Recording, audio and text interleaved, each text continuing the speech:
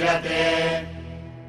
ॐ शान्ति शान्ति शान्तिः। We'll chant from mantra 1 to mantra 8 of Ishavasya Upanishad. ॐ ईशावास्यमिदगो सर्वं यत्किञ्च जगत्यां जगत् तेन त्यक्तेन भुञ्जीथा मा गृधः कस्य स्विद्धनम्। कुर्वन्नेवेह कर्माणि जिजीविषेच्छतगो समाः। एवं त्वयि नान्यथेतोऽस्ति न कर्म लिप्यते नरे। असूर्यानामते लोका अन्धेन तमसावृताः। तागुस्ते प्रेत्याभिगच्छन्ति ये केचात्महनो जनाः।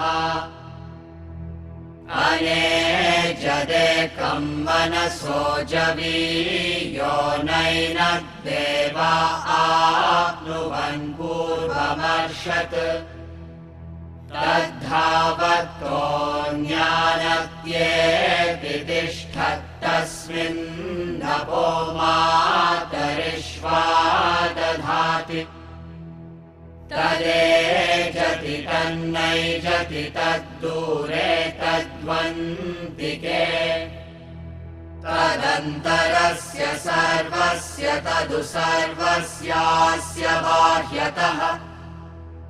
यस्तु सर्वाणि भूतान्यात्मन्येवानुपश्यति।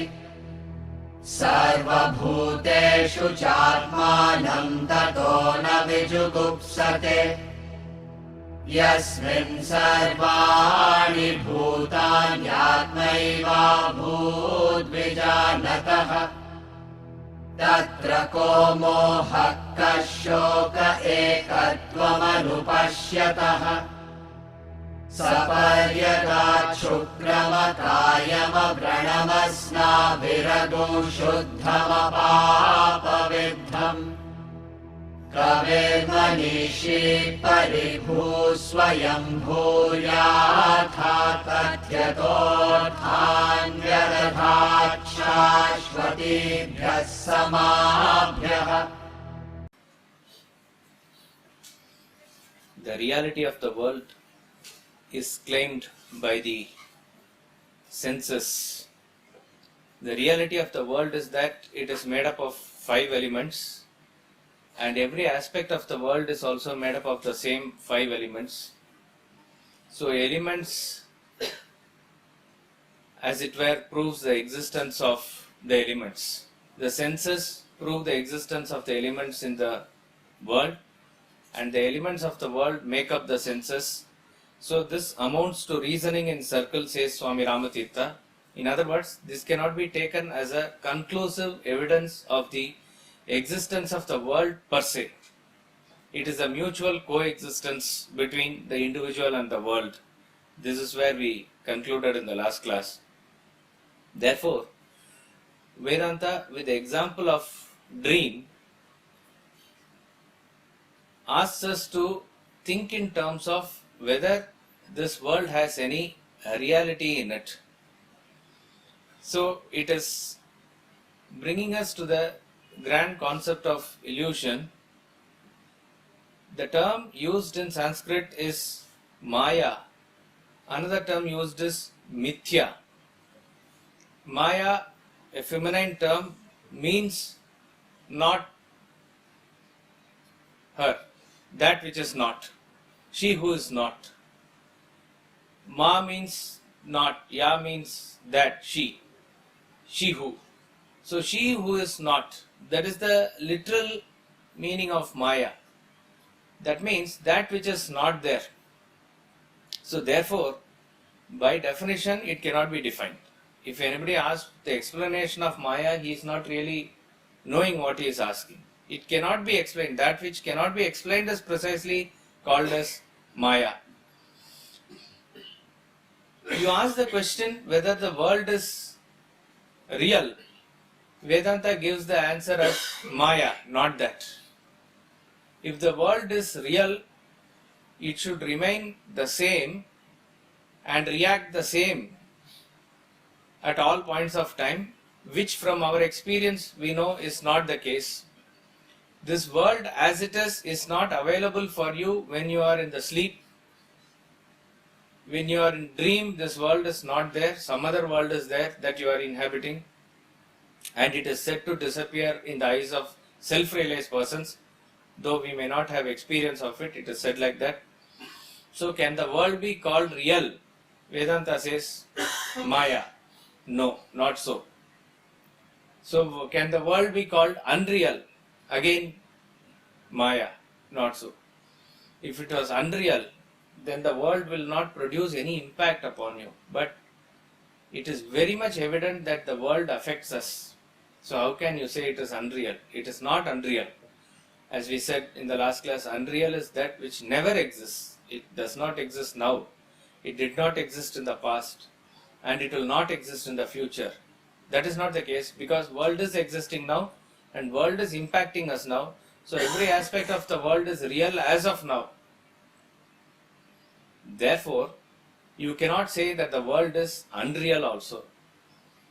Then is the world partly real and partly unreal? Maya, not that. Because reality and unreality cannot coexist. So you cannot call it real. You cannot call the world unreal. You cannot call the world partly real or partly unreal. So what is it? That which is not explicable. That is called as Maya. Another word, as I said, is Mithya. Mithya means illusion. Mithya means that which appears from a particular angle, but when you go to the base, when you go to the substratum, it is not so. It is not there. So it appears from an angle as it appears to you. That is called as Mithya.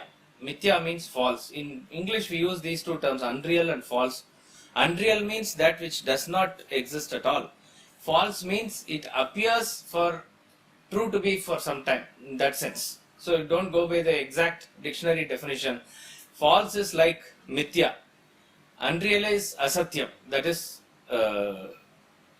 unreal. Unreal is Asatyam, that which is not there. Now, this illusion, Swami Ramatirtha explains, plays twofold. He gives two names for us to understand. One is called as intrinsic illusion and another is called as extrinsic illusion. As we mentioned in the last class, this is not pertaining to the portion that we cover in the Upanishad directly. For detailed discussion, you can see Vedanta Treatise or Swami Ramatirtha.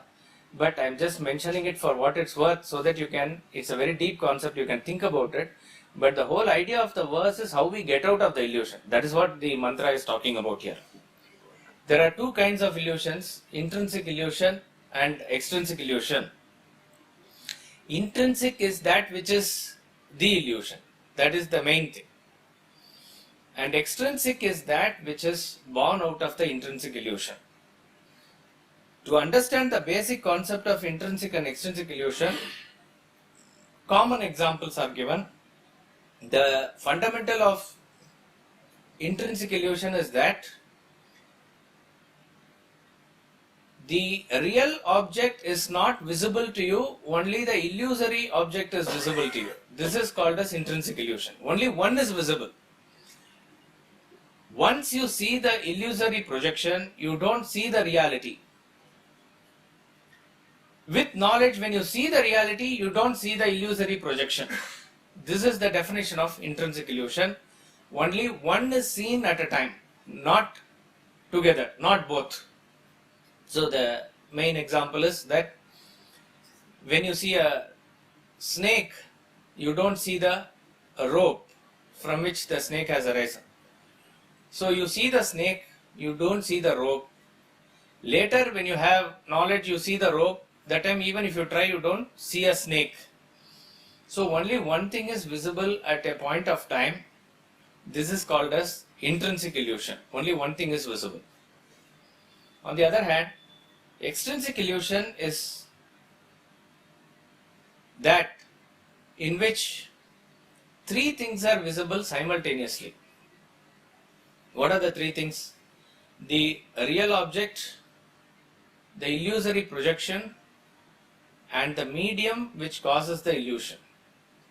I repeat, extrinsic illusion is that in which three things are simultaneously visible at a point of time: the real object, the illusory projection, and the medium which causes the illusion. The common example is that a person is standing in front of the mirror. The person who is standing in front of the mirror is the reality. He is the real object. What is the illusion? The image that is seen in the mirror is illusion. And what has caused this illusion is the mirror. So there is a medium which causes the illusion. The real object is the object standing in front of the mirror. The illusory object is the person inside the mirror, which is a projection, which is an appearance. And what has caused this illusion is the mirror.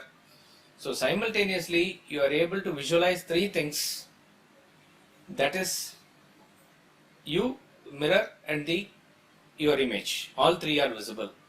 This is called as an extrinsic illusion. Now what Vedanta says is, in this grand phenomenon of the world, both the illusions are playing simultaneously. It's a very strange phenomenon.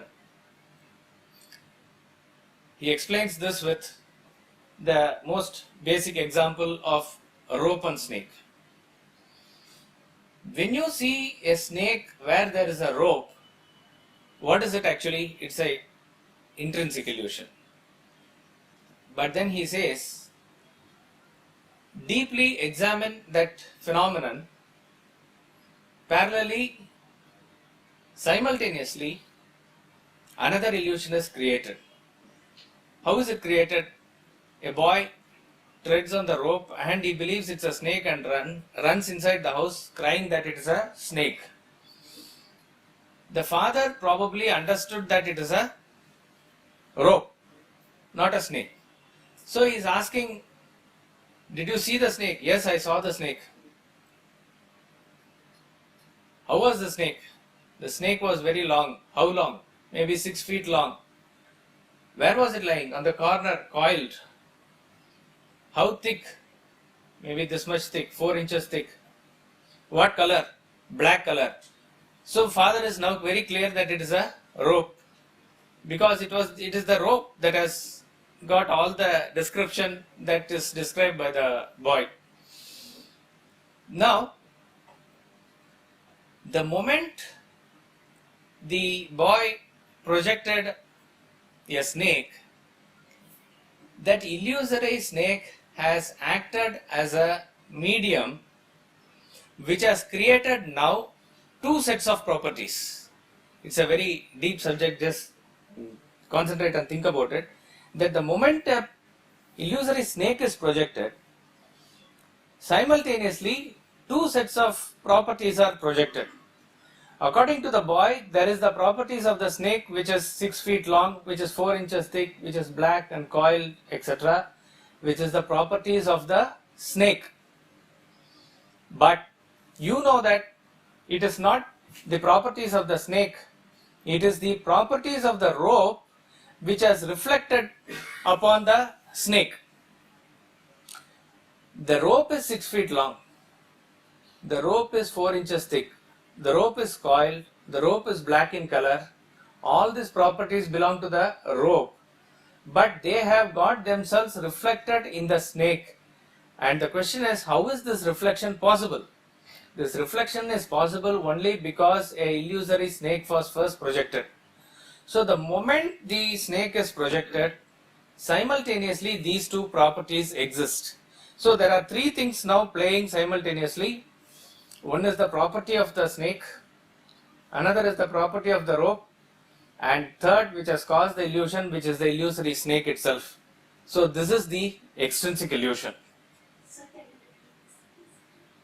The extrinsic illusion is where three things are appearing simultaneously. In the example of snake and rope, the moment illusory snake is projected, simultaneously there are two sets of properties that arise. One is the property of the rope and another is the property of the snake.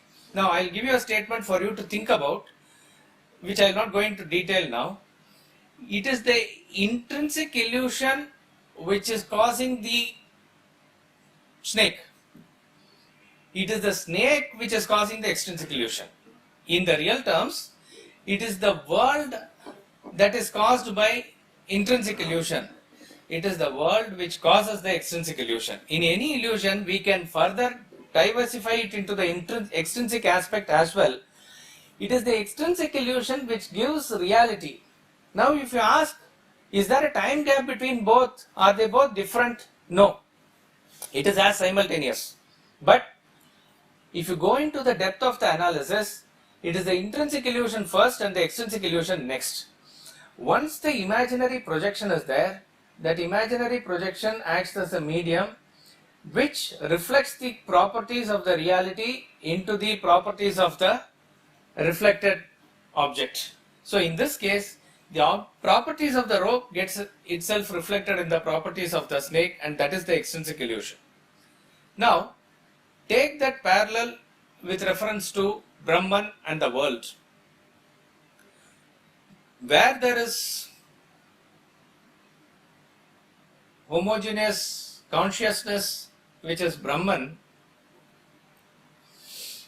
what we see is a world. Brahman is not seen, world is seen. This is the intrinsic illusion. This is how it is born. Moment the world is born, illusory world is born, simultaneously two sets of properties come into existence, the properties of the world and the properties of Brahman. What we see across all the illusory phenomena is that which is projected has similar qualities of the real object. We gave the example of rope and snake. Only snake can be projected out of a rope, or some other reptile can be projected out of the rope, or a crack on the earth, or a water pipe, hose pipe. These can be projected out of a rope. You cannot project an elephant out of a rope. Not possible. Elephant and rope do not have a common properties. They don't have common properties. A boulder can be misunderstood for an elephant. I misunderstood a big boulder and I saw a rope, you cannot see. You can see an elephant sitting or some other equivalent thing, a big tree or something like that you can see. If a post is misunderstood, then it can be a ghost, not anything else or similar things.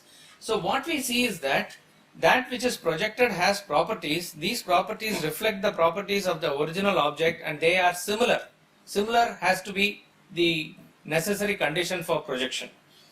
Now what are the two sets of properties that arise here? One is the properties of Brahman, another is the properties of the world.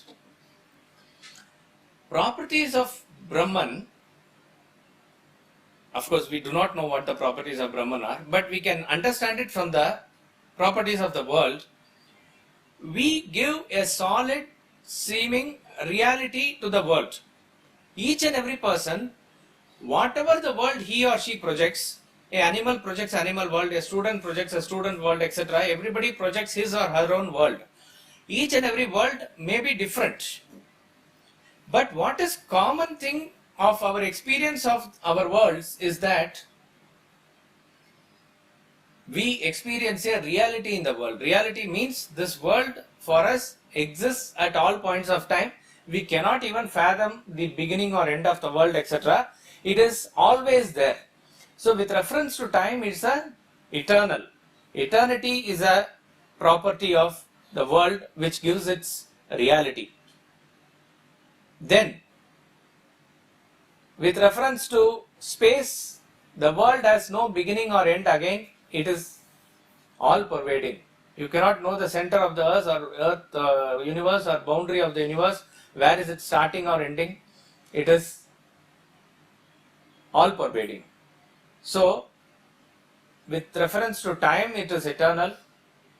With reference to space, it is all pervading. With reference to causation, it is infinity. That which has caused your father's first father, we do not know what it is. The chain of causation extends ad infinitum, forwards and backwards. You will have a son who will have a son who will have a son. Where it will end? So the world doesn't seem to end in the future. World doesn't seem to have started at any time in the past. It seems to have always existed as it is. You can say it is moving, it is Earth is revolving, universe itself is changing, all those things you can say, but in some form or the other it has been always there. It's our projection. So therefore you see that these three, the time, space and causation, gives the solid feeling to the world that it is real because of the properties of being eternal, being all pervading and being infinite. Vedanta says these three properties do not belong to the world. These three properties belong to Brahman. Brahman is infinite. Brahman is all pervading. And Brahman is eternal. Eternal, all pervading, infinite and many other qualities. These are the chief qualities that are getting reflected. These infinite qualities belong to Brahman, not the world. So imagine a person who is inside the mirror. He is not aware of the person who is outside the mirror. Imagine the person inside the mirror has independent existence. Not possible. Just imagine. He has no chance to see something outside the mirror. And his universe is within that mirror, but it is infinite. Because that inside that mirror, it's a world for him. And therefore, he believes that to be real. There is no way that he can understand that anything exists apart from his localized existence. So it is rather impossible to convey that there is a Brahman that is existing outside. It is exactly the position for us. Therefore Vedanta says there is a mirror which is invisible to us now.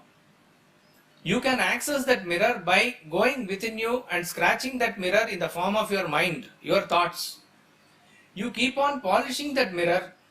When you keep on shining that mirror also becomes thinner and thinner and thinner, and at some point of time that mirror will completely disintegrate. That disintegration is called as self-realization. At that point of time, not only the mirror disintegrates, not only the world, you also within the world completely disintegrate. What remains is the reality only outside. So therefore, getting out of illusion is in two stages. You imagine that there are two concentric circles representing two wells. There is a well in the forest. In fact, that well has two boundary walls. One is a smaller boundary wall, one is a bigger boundary wall outside it. You go and slip into the center, you have fallen inside the well. That means it is as simultaneously you have fallen into both the wells. But when you have to come out of it, you have to first break the first wall and then break the second wall, and then you are out of it. Exactly like that. To come out of this, we have to get out of the extrinsic illusion first, and then the intrinsic illusion. It is the order is reversed here. First we entered through intrinsic and extrinsic. So when you get out, it is first out of extrinsic and then out of intrinsics. And this is where the mantra comes in here. Now we are experiencing plurality.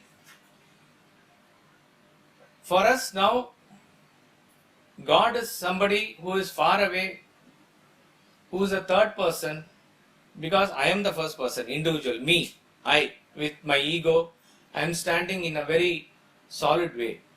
And who I am interacting with is my world, is the universe that is in front of me. That is the second person. So, I am here and the universe is here and the interaction is between both of us only. There is no other entity existing in my experience now. So, if at all you say something called God, it is a third person now. God is there in the form of a solace to me. He is there controlling the microcosm, which is me, and the macrocosm, which is universe. I may do some worship and puja to him, etc. That is my relationship with the world. So what I am experiencing now is a plurality. Plurality is something like a dog which is entering a room which is full of mirrors arranged in such a way that they reflect on one another in various angles. So the moment the dog jumps, every other dog also jumps. The moment the dog barks, every other dog barks. So this dog, out of ignorance, thinks that each and every dog inside is its competitor. So there is a desire, there is anger somewhere, there is jealousy somewhere, there is arrogance somewhere. This is how the dog is relating. And in the process of trying to compete with them, it loses its energy. Finally, the dog perishes. In the same room, later, after the dog is removed, a prince enters. In all the mirrors, he is looking and admiring himself. He knows that each and every reflection in the mirror is only him. There is no other entity. So when there is no second entity, where is the question of desiring? Where is the question of anger? Where is the question of jealousy? Where is the question of any negative emotion for that matter? Does anybody look into the mirror and says that person is more beautiful than I, or that person is uglier than I? It doesn't happen, because the moment you look into the mirror, the realization is here. It is just only a reflection of you.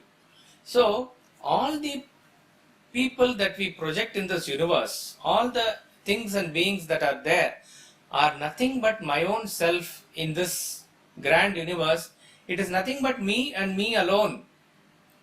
This is the knowledge that Vedanta wants us to absorb. Now, how is this possible to achieve? It is only possible through the emotion of love or bhakti. Bhakti and love are one and the same. We use the term bhakti when it is directed to a higher object. Love, it's to the equal object or a lower object. But both the emotions are same. The emotion of bhakti or love is that which binds two into one. If I love you means I and you are one and the same. That is called as love. If I love you means identification. Bhakti or love is identification. Identification means I feel the same as you. Your joy is my joy. Your sorrow is my sorrow. Without a root of ego or individuality in me, I am able to feel the same way as you. Availability of mind is that way transferred from me to the other person. That is called as love. Irrespective of any religion, see, we need not go into the merits of the teachings of Jesus Christ or Muhammad or any prophet for that matter. It is all the question of faith of that person who follows them. If a person has full faith in Jesus Christ or Saint Peter or any other great saint or Prophet Muhammad, he believes that he is being sent by God to redeem the world and he is there for my personal redemption also.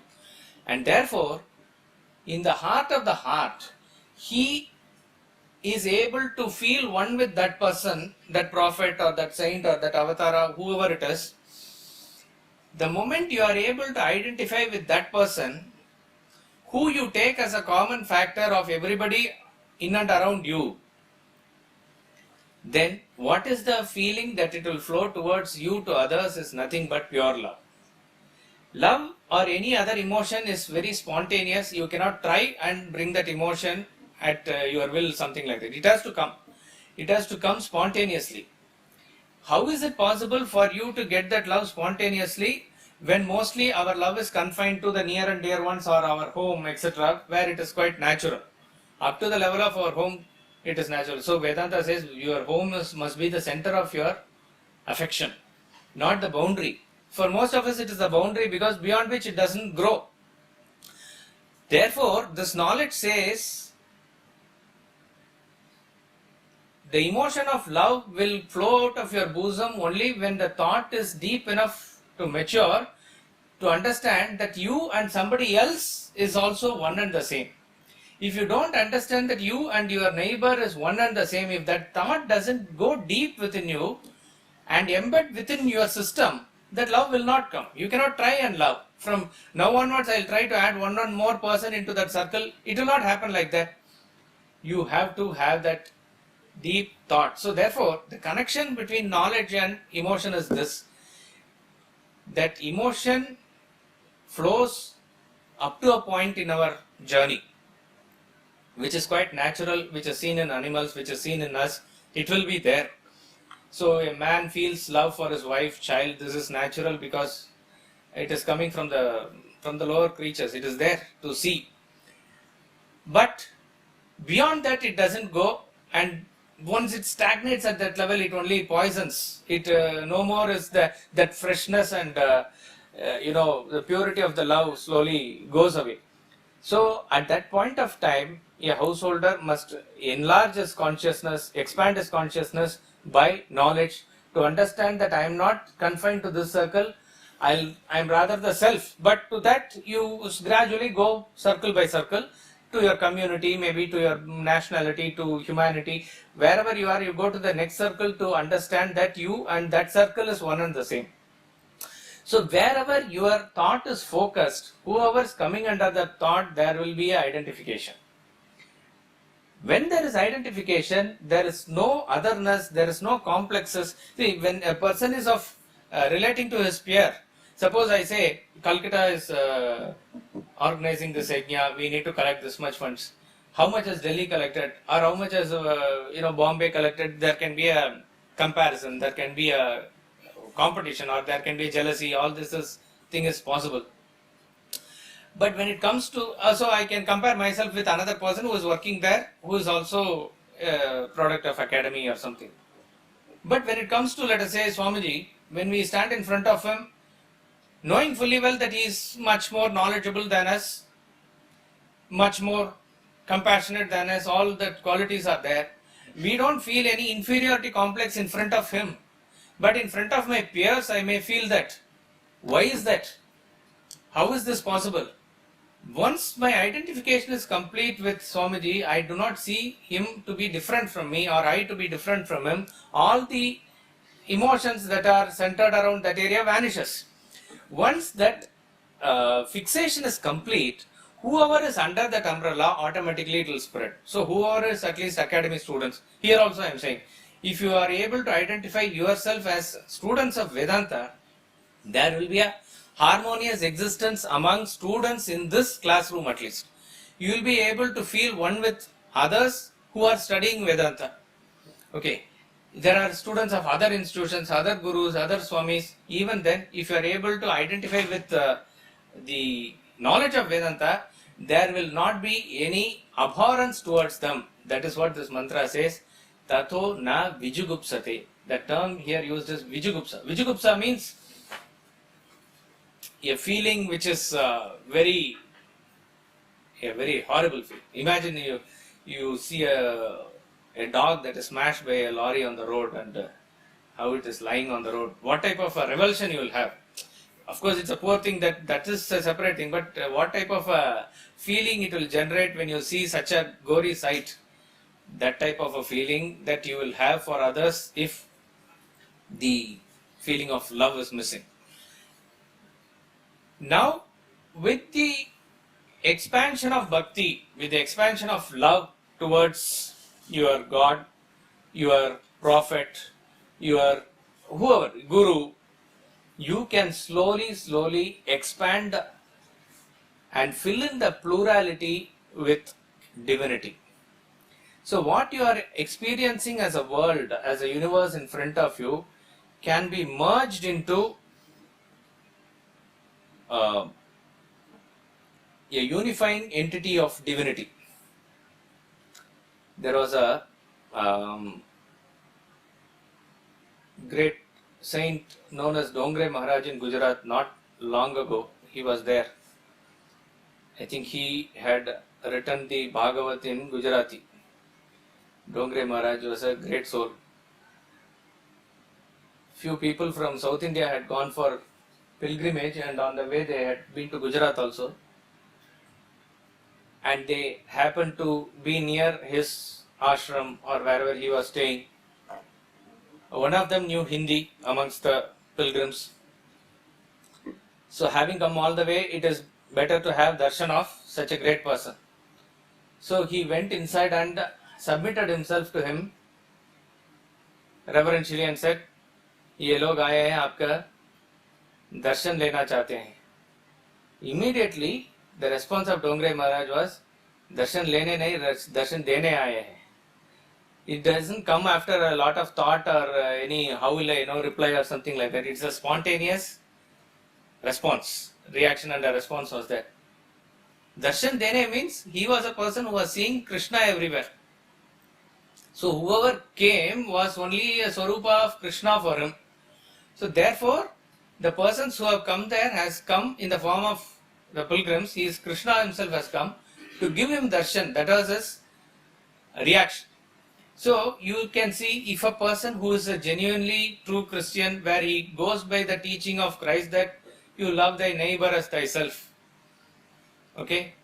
If he is able to genuinely follow and he is able to converge every person in the world from a true Christian vision of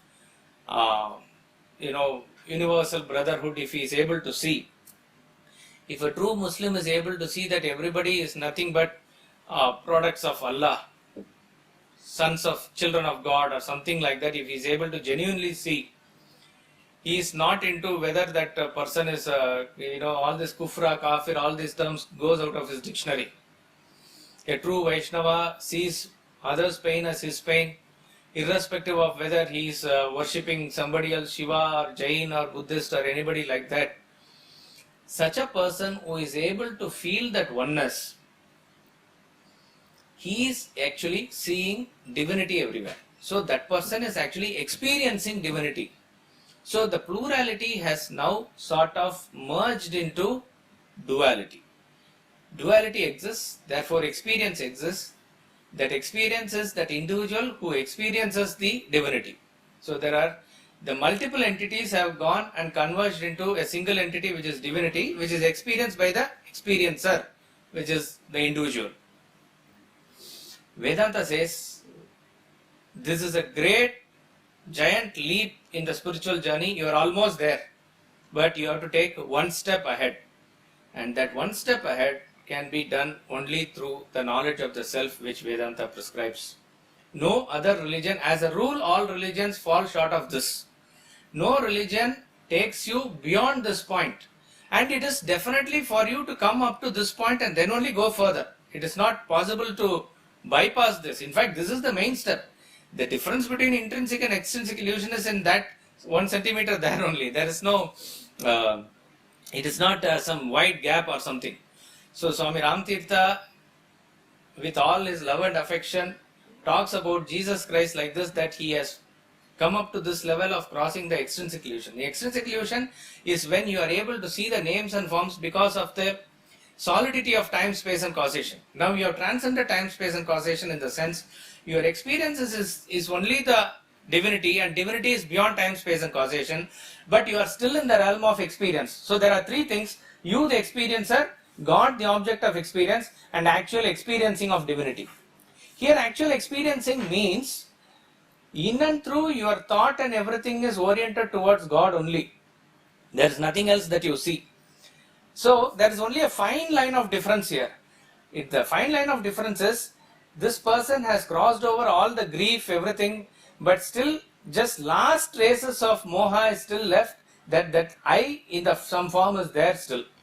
See, what is I at any point of time is you are what you think of. Here he is thinking of divinity, yet you can say he is the divinity himself, but it is still in the form of a thought. That is the difference. So very lovingly Swami Ramtirtha says you have to take one step ahead and then go into what is known as Nirvikalpa Samadhi. This is Savikalpa Samadhi. Savikalpa Samadhi is when Savikalpa, it is with Vikalpa Samadhi. With thought, the Samadhi is there. Don't think that this is any less. We need to put in all our effort to reach that stage. Beyond that stage, actually speaking, there is no special effort that you can put, except that you have to maintain that thought in that dynamic silence and be quiet. That's all. What will take you further, we do not know. Ma Shuchaha says Lord Krishna in Gita. Sarva Dharman Parityaja is completely the stage. I mean, it's a height of the stage. Height of that verse is this only. Sarva Dharman Parityaja Maam Ekam. That time Maam Ekam Sharanam Vraja. You are completely surrendered. There's nothing more you can do. There's nothing more effort that anybody can do. What will happen is based on His grace. So, at that point of time, in various other places also, Gita, he says, Mameva ye prapadyante maya metam tarantite. Mama maya duratyaya. My maya is difficult to cross. So there are two ways by which you can reach this stage, which is single pointed focus. The whole idea is to get the mind fixed there. Fixation is the key. You can do that fixation all by your self-effort, which is yoga, abhyas and other things, which very, very few can really do by themselves. In Ramayana, the great Sarabanga was a rishi who did that. In Mahabharata, example of Bhishma is always quoted that he was a great yogi. So if you are able to beat the mind each and every time that it deviates, to bring it back, etc., it is a science by which you bring the mind into submission. It is possible. For which various niyama, yama, niyama, asana, pranayama, all this ashtanga, siddhi and all is given. You are not sure how many janmas or something, but it is possible.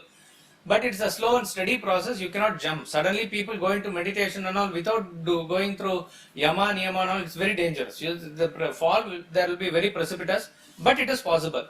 Whole idea is how you bring the fixation. That is why we say yoga is not just a physical exercise. It is a spiritual exercise. Whole idea of asana, pranayama, all the things that you do is to bring that thought back again and again and again back to that self. Then you go into dharana, dhyana, samadhi, etc. Uparati, dharana, dhyana, samadhi.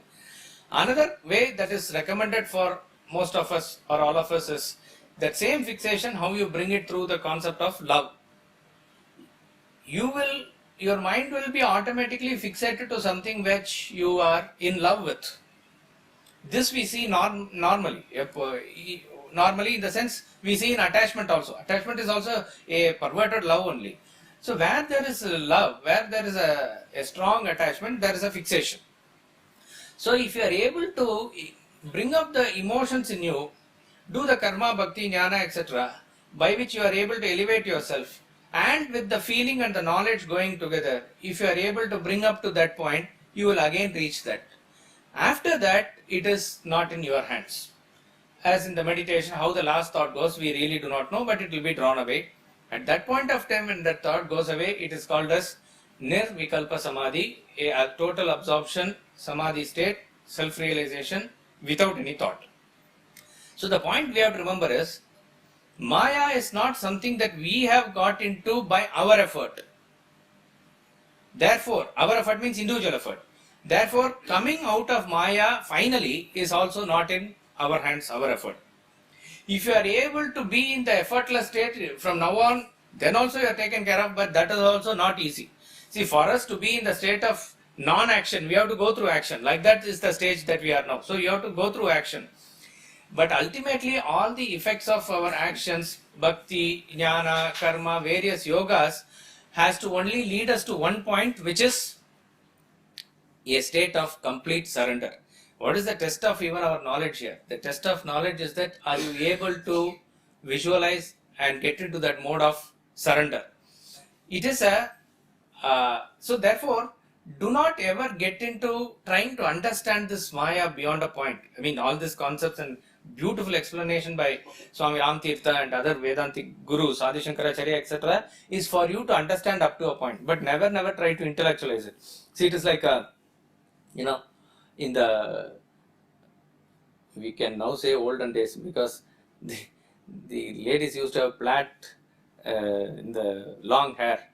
So they used to have, and when they comb, you used to have a threefold division of the hair, and then you, what do you do? That plait you are able to, in the form of a web, you are able to do it crisscross, alternatively. And at a point of time, the mother will put a ribbon in the plait. The ribbon has two ends. The plait will be actually three. The three converges into two at some point of time. How, you do not know, but it converges. Then you tie the ribbon.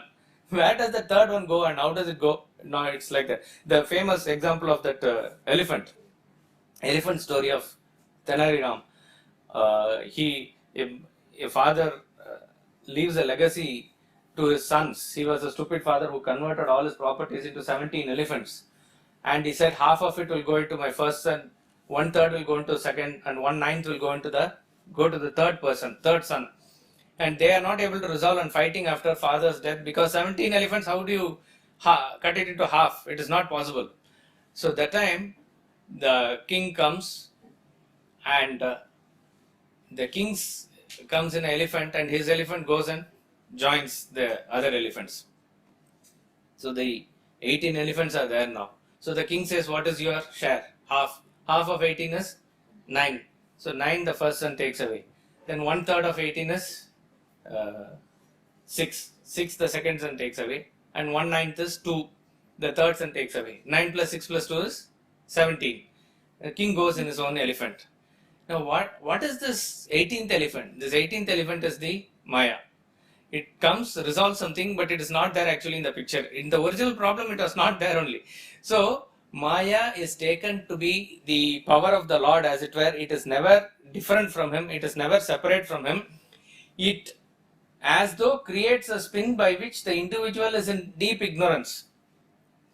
Once the individual gets the knowledge of the self, he has crossed Maya. So that is why he declares Aham Brahmasmi. I am Brahman at that point of time. So therefore, there is no other way for us to get out of it except surrender. Surrender unto whom the Maya will not catch. Mama Maya, he is called as Maya, Mayapati or Mayavi. Mayavi means one who bosses over the Maya. He is the Supreme Lord. That Supreme Lord, when he is in association with Maya also, is not caught in the Maya like the individual. So therefore, if you are able to surrender unto him, it is up to him to take us out. So just as the first thought, how it came, we cannot fathom or understand. The last thought, how it goes, we cannot understand. But the fact is that it goes. This is a trust. This is the Shraddha we must have. This is the faith we must have.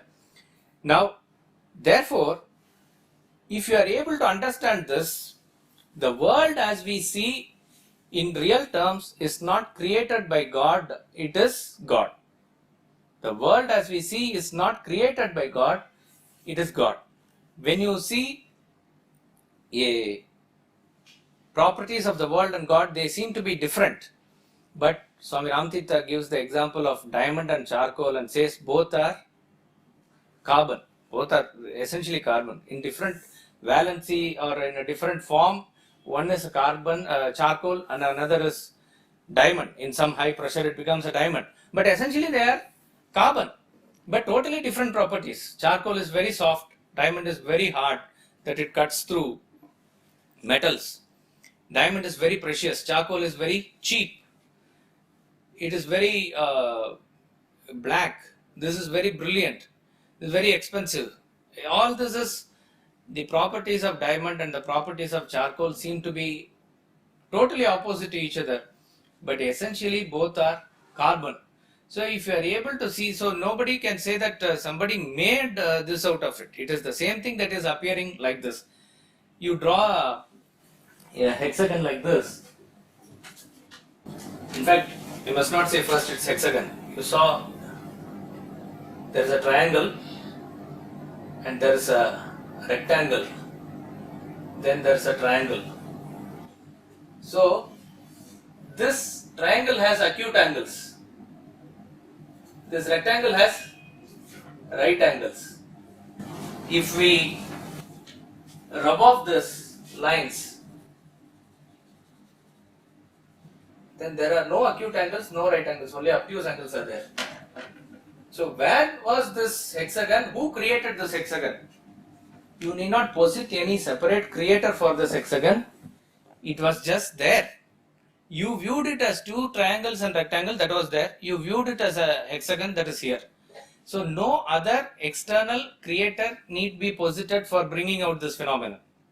Exactly like that. What you see as world with names and forms now turns out to be God, nothing else. So why is it seemingly very different and seeming to be finite, etc.? It is exactly the difference between charcoal and diamond. Both are same. And lastly, in the Maya, Vedanta says, if everything is Maya, why we must heed to Maya? This classroom is also Maya, this book is also Maya, this Vedantic knowledge also is Maya, you can say. So again, Vedanta gives a brilliant explanation that it is Swapna Simhavat. Swapna Simhavat means like a dream lion. Vat means like. Swapna Simha means dream lion. All other aspects of the dream make you experience the dream, go through the involvement in the dream.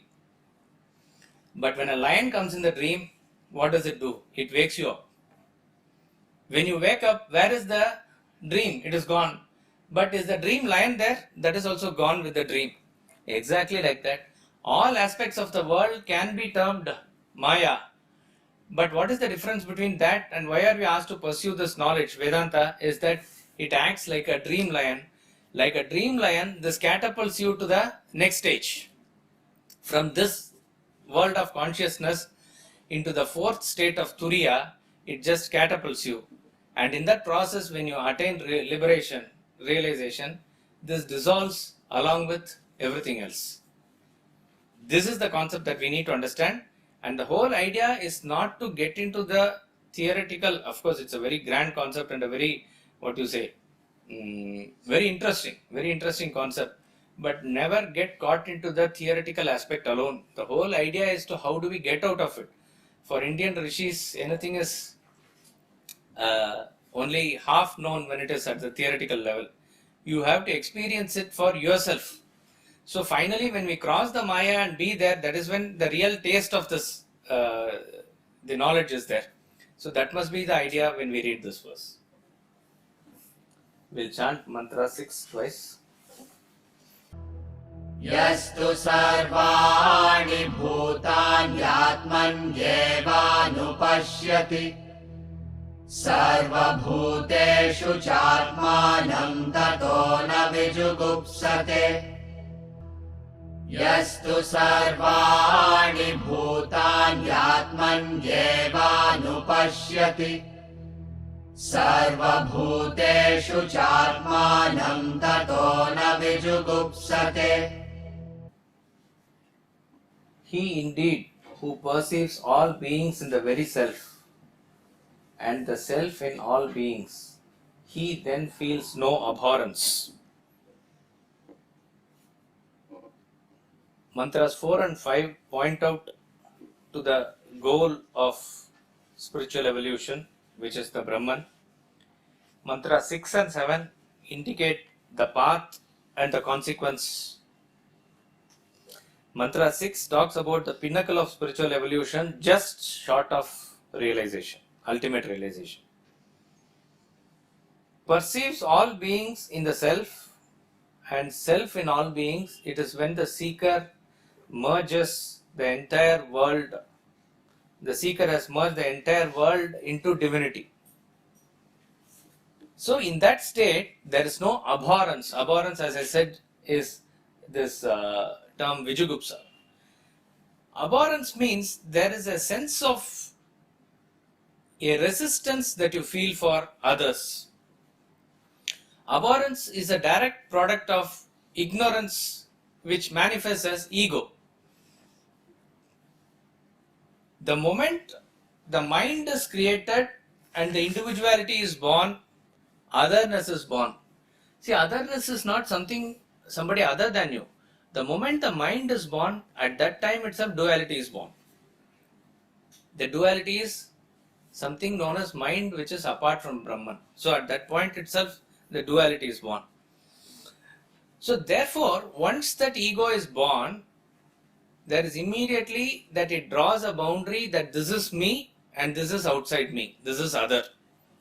And that gives rise to all sorts of negative emotions. In fact, Sureshwaracharya, who was Adi Shankaracharya's disciple, he says, this causes all the comparison and everything, etc. in the world, which is the root cause of all problems. All the differentiation, etc. is basically because of this comparison. And why is there a comparison? What is the cause of this comparison? He says the cause of comparison is differentiation. So it is a circle that he says, that differentiation causes comparison and comparison causes differentiation. See, when do you compare two things? You compare two things only when you feel there is a difference between them. You compare Apple phone or a Samsung phone. Why? You see them as different.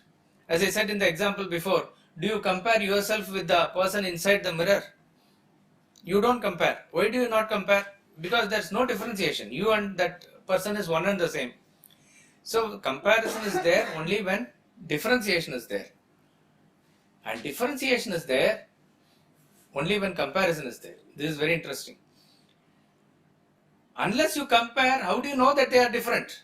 So therefore he says this duality has not to be accepted right from beginning. When we studied Tattva Bodha, there was a beautiful concept that is given, that there are two causes for every creation. One is called as the material cause and another is called as the intelligent cause. Pot maker is the intelligent cause for the pot. Clay is the material cause for the pot. Iron and steel is the material cause for the watch. Watchmaker, in whose mind the watch first came, he is the intelligent cause, he is going to make the watch.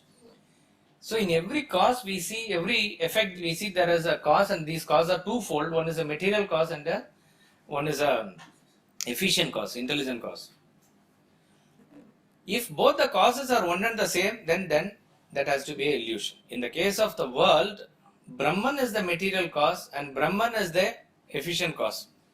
So that is an angle for us to think about, because the moment you say cause and effect, two things, then you are positing a second entity, because there are some there are some scientists and some spiritualists who say Prakriti, you can say it's part of Brahman, but it is different from Brahman, and with Prakriti Brahman makes, so Brahman is something different, Prakriti is something different. Then the question arises as to who created Prakriti from where? If you say Prakriti has independent existence, then is it something which is powerful, more powerful than Brahman? Does it control Brahman or Brahman controls Prakriti? All this confusion will come. So the concept of duality has to be not accepted at all, is the argument of Shankaracharya and his disciples. So if there is a mind, immediately the duality is born, and from which all the negative emotions are born.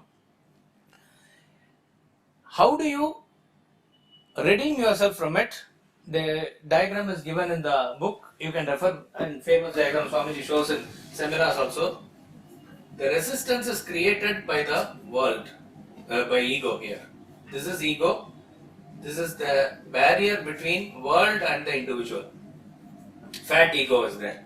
So the moment a fence is created by your ego, you feel resistant towards the world. That is why a person who is very egoistic, world is not able to relate to him. He creates a fence around him, and he cannot complain, nobody loves me, because he himself creates that fence. World is only reciprocating or reflecting whatever you are reflecting. By karma, bhakti, jnana, etc., when you do the spiritual sadhana, this ego reduces. And a point will come where it is tending towards almost zero. This is ego tend towards zero. This is the state which is described in this verse. That he is able to see self in all beings and all beings in himself. He doesn't feel any abhorrences when you are in harmony with the world, but still you are experiencing divinity. When this triangle and this triangle merge, that is when you become the center of both microcosm and macrocosm. There is no duality. So this is Savikalpa Samadhi and this is Nirvikalpa Samadhi. We do this ritual of putting Rangoli in front of the house. Even today it is there. Of course in South India more it is there. If you are not able to put up bigger designs, they usually put the small one.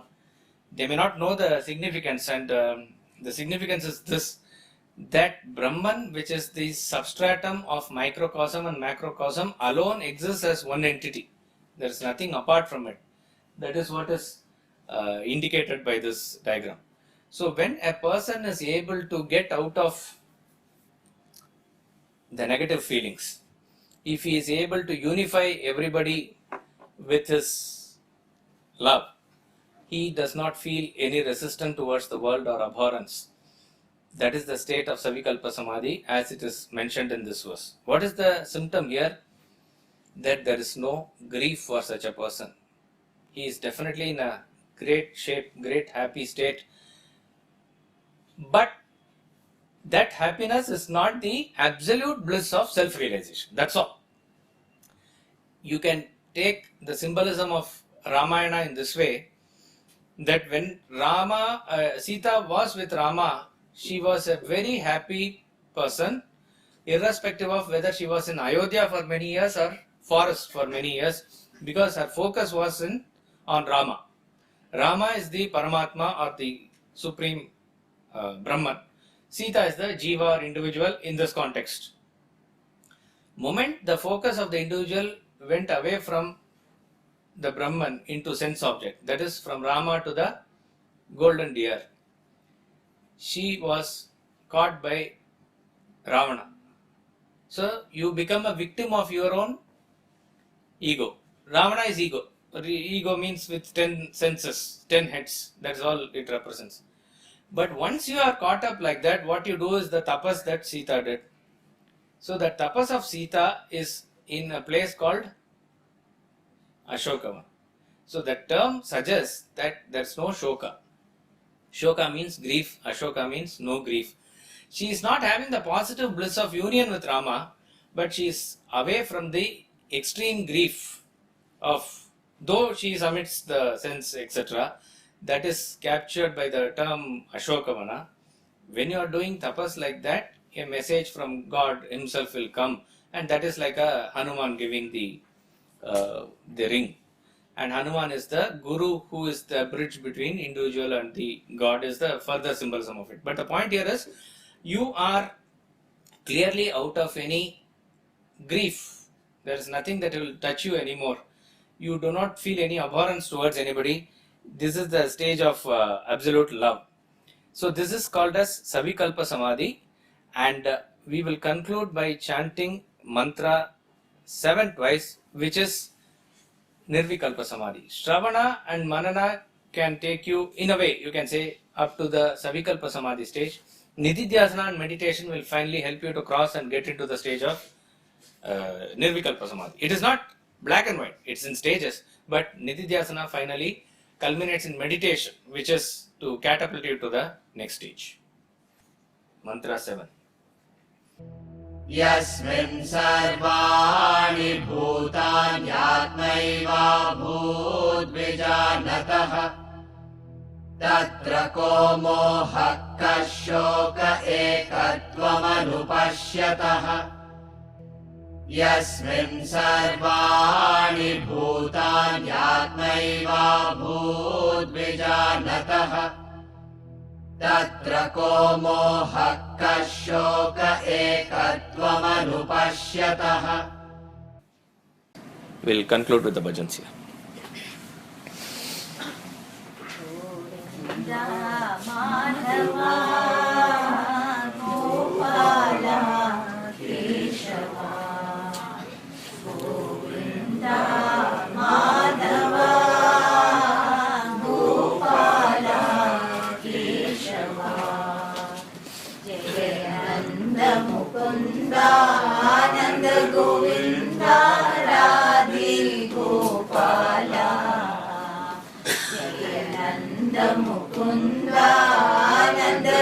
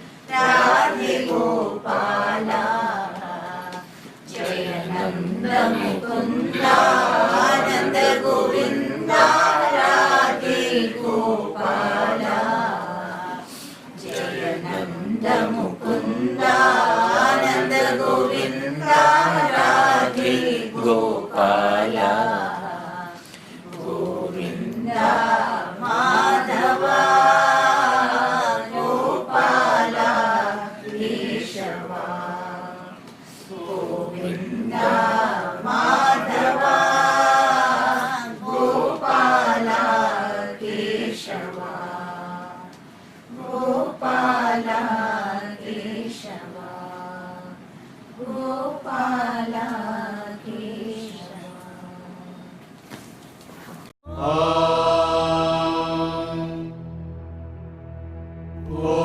पूर्णमदः पूर्णमिदं पूर्णात् पूर्णमुदच्यते पूर्णस्य पूर्णमादाय पूर्णमेवावशिष्यते